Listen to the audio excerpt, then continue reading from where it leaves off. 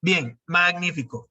Ya en cursos pasados, en clases pasadas, estuvimos hablando de la secuencia y de la selección. Miramos el if else, que el if else lo puedo anidar dentro de los separadores del else o lo puedo dejar como else if, y hablamos de la estructura de casos o switch. También vimos que la estructura de casos la puedo utilizar para agrupar las mismas opciones dependiendo de los mismos casos y no tengo que estar repitiéndolo. Son cosas que van directamente en la selección. ¿Por qué? Porque me cambian el flujo de un lado o de otro. La iteración, como ya lo sabemos nosotros que venimos de programación estructurada, se refiere a los ciclos o a repetir un determinado número de veces la misma secuencia de pasos dados. La estructura del programa va a ser igual, se importan las librerías, se declaran las variables, entrada, proceso y salida, y sabemos entonces que esta parte de acá se puede estar repitiendo. Se puede estar repitiendo mientras una condición así lo permita. Secuencias de instrucciones que se ejecutan repetidas veces. La manera más fácil de definir un ciclo, y existen 3 ciclos. Como ustedes bien saben, los ciclos determinados, los ciclos indeterminado inevitable y los ciclos indeterminados completamente evitables. Los ciclos determinados hacen una serie de instrucciones, un número conocido de veces. Yo ya sé cuántas veces voy a hacer las repeticiones. Los indeterminados inevitables hacen una serie de instrucciones, un número desconocido de veces, y son inevitables porque forzosamente lo tengo que hacer una vez.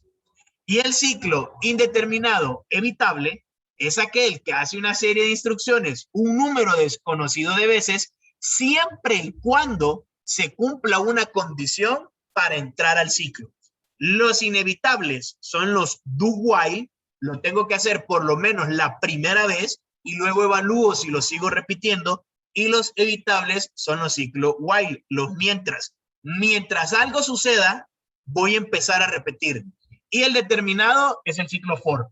Para un elemento de tal lado a tal lado, vamos a ir viéndolo solo para que lo recordemos. ¿Qué hay que considerar siempre? En primer lugar, ¿qué sucede antes de entrar en el ciclo? Y esas son las inicializaciones de las variables, mis objetos, las variables que van a formar parte o no van a formar parte del ciclo. Cuando la condición se evalúa, ¿qué es lo que va a suceder dentro del ciclo? Los procesos, los acumuladores, las variables locales y globales, los contadores. Y una vez que salga del ciclo, ¿qué es lo que va a pasar? ¿En qué estado van a quedar mis variables? ¿Cuáles van a ser las salidas? ¿Hacia dónde tendría que ir el flujo del programa? Independientemente si sea un ciclo para, un ciclo hacer mientras o un ciclo mientras, nosotros siempre vamos a evaluar esto. ¿Qué es lo que pasa antes, durante, después y la condición que tenemos que evaluar? Ciclo for, el primero. La sintaxis es exactamente igual a la de la mayoría de los lenguajes. Palabra reservada for, inicialización de la variable del control del ciclo, punto y coma, forzosamente tiene que ir, luego condición, iteración, ¿ok? Ahí me comí una letra I, es la expresión lógica que determina que las secuencias se harán mientras la condición sea verdadera. Más adelante vamos a ver que en esta parte de condición yo también puedo setear algunas variables, que esa es una diferencia entre Java y C++. Y luego viene la parte de incremento, que también puede ser un decremento de la variable de control, que siempre o generalmente es la que nosotros inicializamos en el número 1. Vienen los curly, las llaves, y entre las llaves las sentencias que se ejecutan dentro del for. Palabras reservadas, for, separadores, los llaves, los paréntesis, el punto y coma. No hay un punto y coma entre este paréntesis y la llave. Entonces, public class, ejemplo for, acuérdense que la E tuvo que haber ido mayúscula porque es el nombre de la clase. Ejemplo for, public static void main, el método principal. System.out.println, voy a mandar a imprimir la palabra incremento. Y luego hago un for. Para la variable entera i, que empieza en 0, Y mientras esta variable sea menor que 10 y cada ciclo la voy a ir aumentando en 1, imprimo esta línea. Entonces acá tengo la variable y aquí tengo lo que estoy haciendo. Si solo hay una línea de código, puede omitirse el uso de separadores. Por cuestiones de estética, para que me quepa el programa y la salida en la misma diapositiva, yo no la puse. Y allá dependerá cada cual programa como quiere. Pero generalmente yo siempre les pongo las llaves de apertura y de cierre. O sea, yo siempre lo pongo, siento que me confundo menos. La gente que está más familiarizada con Python se le olvida muchas veces poner los separadores, entonces no importa. Si solo es una línea, no los necesita. Ok, si solo hay una línea. Luego acá lo que estoy mostrando es un decremento. Acuérdense, esto puede incrementarse o puede decrementar. Y no necesariamente puede ir de uno en uno. Yo puedo decir I igual a I más 2, I igual a I más 5, I igual a I menos tanto. Ustedes van a definir siempre el incremento o el decremento. Pueden haber sentencias vacías. Omitimos cualquiera de los 3 condicionales que están delimitados por el punto y coma para que el for se comporte como un ciclo while. Menciono esto antes de ver el ciclo while, considerando que ustedes ya manejan los ciclos y esto solo es un repaso y la introducción al lenguaje como tal. Vean, si yo no declaro una variable, no la inicializo y no digo un incremento, simplemente pongo la condición. Entonces yo aquí digo for, no hay inicio de variable, hay una condición y no hay un incremento. Pero el incremento forzosamente está dentro. O lo que sea que me prepare la variable centinela para poder salirme del ciclo y que no entre yo en un ciclo infinito. En este caso, declaré el C afuera y tengo el C++ por dentro. Vea que el for no tiene ni el inicio ni el incremento. ¿Se acuerdan de la estructura que les mostré aquí? No las tiene. Ahora, ¿por qué hacer algo así? No lo sé, pero el lenguaje lo permite. El lenguaje le permite este uso del for. Ok, magnífico. En algún momento me imagino que va a ser alguna ventaja. Creo que la ventaja sería en quitar esta condición de acá y que se controle porque algunas veces quiera que se evalúen 2 y otras veces quiera que se sume 3. No sé. De seguro este for estoy pensando hacerlo 10 veces, pero si algo llega a pasar, quiero que lo haga una vez más. Aunque para eso existe el while. Entonces, como les digo, no sé en realidad, lo único, o sea, no puedo encontrar una utilidad práctica en este momento porque mi cabeza automáticamente sabe que existe otro ciclo que no necesito romper una estructura. Y de por sí es bastante complejo estarse aprendiendo la sintaxis. Entonces, no lo sé, pero el lenguaje de programación lo permite. Dependiendo del IDE que ustedes tengan, se van a dar cuenta que cuando ustedes escriban la palabra reservada for, él le va a decir, para for tengo estas sugerencias, el for i y el for each. El for i crea un ciclo de iteración, ¿vea? Create iteration loop. Y este crea no una iteración como tal, sino un for each. Crea un ciclo de iteración y este crea un ciclo de for each. For each se puede interpretar como para cada valor de haga las siguientes instrucciones. Su variable de control recorrerá cada elemento de una colección y no los valores de los índices.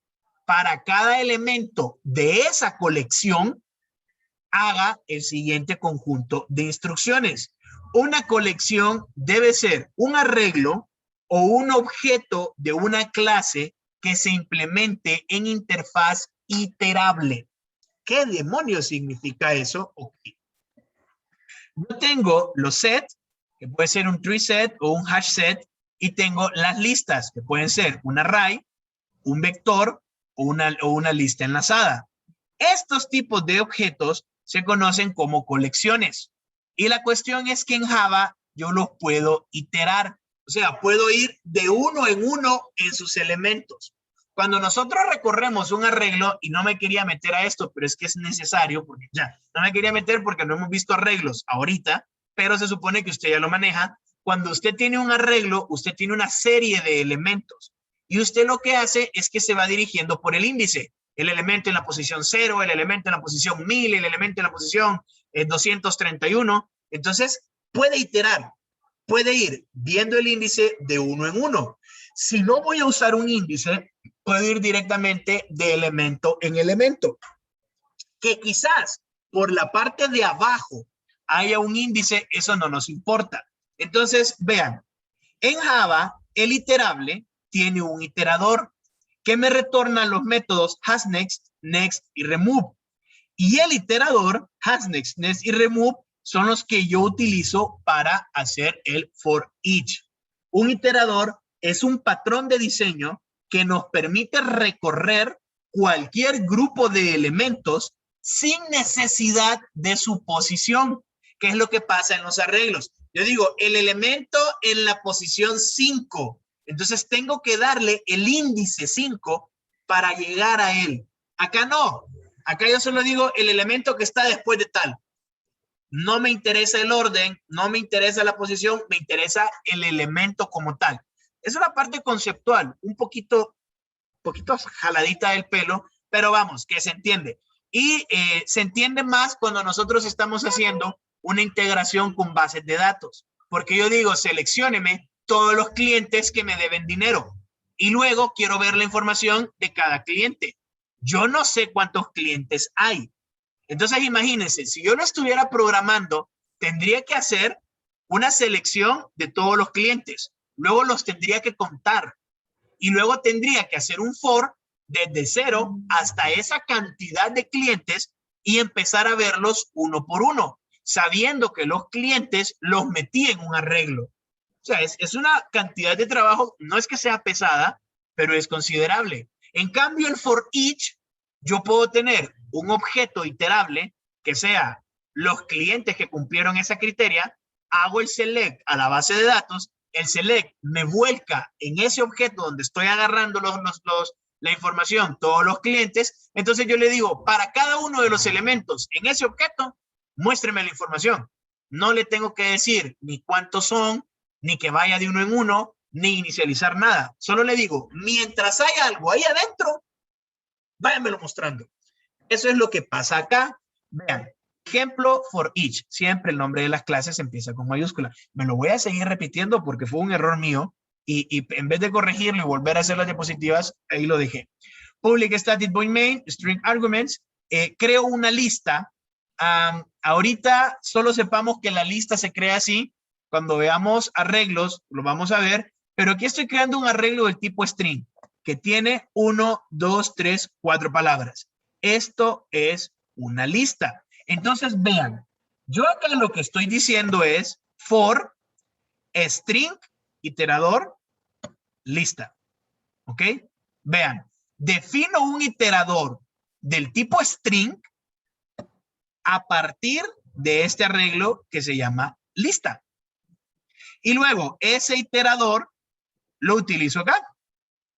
Automáticamente, él va a ir elemento por elemento. Entonces, al correr esto, me dice, esto es una lista. Yo podría decir aquí, string, lista, igual a seleccióneme todos los clientes de tal cosa. Seleccióneme todos los estudiantes de Valle de Sula. Y al final acá le digo, muéstreme la información de los estudiantes, sin necesidad de haberlos contado. ¿Ok? Entonces, en el for, yo tengo el for i, hacer una iteración clásica, lleva esta estructura, o puede ser un for each. No hice una filmina de la estructura. El for each, simple y sencillamente, usted le tiene que colocar acá el elemento iterador y él lo va a ir haciendo de uno en uno. Programa que imprima un triángulo invertido de la siguiente forma. Lea cantidad. Leo 5, imprimo esto. Leo 4, imprimo esto. Nada del otro mundo. Aquí tenemos en Java, esto es en C++, este es en C++ y este es en Java. Favor ingresar la longitud para el triángulo 20. Comenzamos y hacemos el triángulo invertido. La lógica de programación es exactamente la misma, ¿sí? Acuérdense, importo librerías, entrada, proceso y salida. Tengo un método principal, tengo una función principal, ¿sí? Eso no cambia, tengo una función principal y luego, pero si voy a borrar esto, luego yo comienzo, declaro mis variables, esta variable no está inicializada, eso es un error, hay que inicializarla, solicito que me ingrese la longitud del triángulo, se tuvo que haber puesto un set local para poder mostrar tildes, pero como les digo, para que cupiese todo, hay cosas que no se escriben, leo ese lado y al final hago un ciclo for y lo hago anidado. Meto un ciclo dentro del otro. El primero cuenta los renglones y el segundo va imprimiendo los asteriscos para formar ese triángulo invertido. La lógica es la misma, independientemente del lenguaje. Como ustedes ya vieron en el video de pasando de pseudocódigo, de la idea a pseudocódigo, de pseudocódigo a C, de C a Scratch, que son lenguajes que, wow, diferentes todos entre sí, pues aquí es igual. Importo mis librerías, utilizo el Input Stream Reader, ¿por qué? Porque voy a hacer una lectura, entonces voy a utilizar Scanner de util y el Input Stream Reader de Input Output. Tengo mi clase, que esto tuvo que ir en mayúscula, tengo mi clase y dentro de mi clase tengo el método principal. Defino la variable, que tampoco la inicialicé, creo el objeto para entrada, ¿sí? Que no está cerrado, aquí se tuvo que cerrar y la verdad es que sí me cabía, al final tuvo que darle un end.close, luego ingrese la longitud del triángulo, leo esa longitud y el programa es exactamente el mismo, acá lo pueden ver. Las instrucciones son las mismas, como lo he venido repitiendo desde lenguajes de programación 1. La lógica de programación es lo que ustedes tienen que manejar. Ya el lenguaje, sí hay un tanto de trabajo, pero mientras usted sepa los elementos básicos del lenguaje y entienda el fundamento del paradigma, eso va a ser a piece of cake for you. O sea, eso va a ser sumamente sencillo para usted. Entonces, este es el ciclo for, ¿sí? Este es el ciclo for. Está el for i, está el for each, y aquí tenemos un ejemplo, un programa que imprima triángulos invertidos. ¿Qué es lo que vamos a hacer ahora? Ustedes me van a hacer un programa que me lea un lado de un cuadrado y me imprime el cuadrado en pantalla. No lo quiero hueco, quiero el cuadrado completamente sólido y luego que me muestre el cuadrado hueco, o sea, el área y el perímetro. Solo eso es lo que yo deseo.